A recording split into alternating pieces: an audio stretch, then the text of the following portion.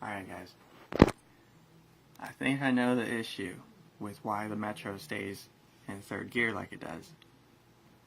It's because of this shift module, the control board. Now this is basically the brain box of the transmission. Input comes in, and this crunches the data and tells the transmission when to shift. Basically when to open those solenoids. Okay? So you can get new ones, well, refurbished ones, but they're pretty expensive. But apparently, the only thing that goes bad on these is these capacitors. These two capacitors here.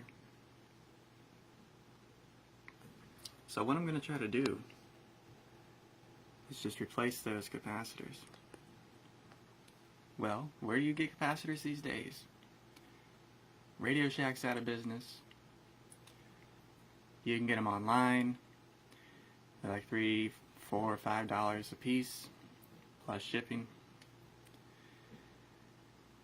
But I've got a radio repair shop up the road, and I talked to them, and they hooked me up with the capacitors I need for 50 cents a piece, and he even threw in some fine solder, which is great because I've only got the thick solder. So they really hooked me up.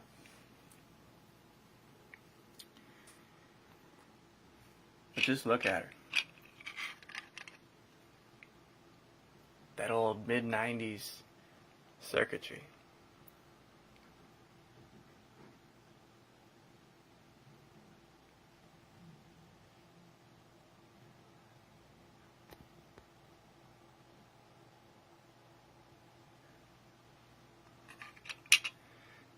This is the box that circuit board sits in. This sits up under the dash. And then it's just a wiring harness. Plugs in right here, of course. So I'll get out the old soldering iron and give it a shot.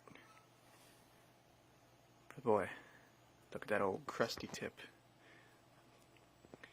Before I try this, I might get a new tip for this soldering iron because that is in bad shape.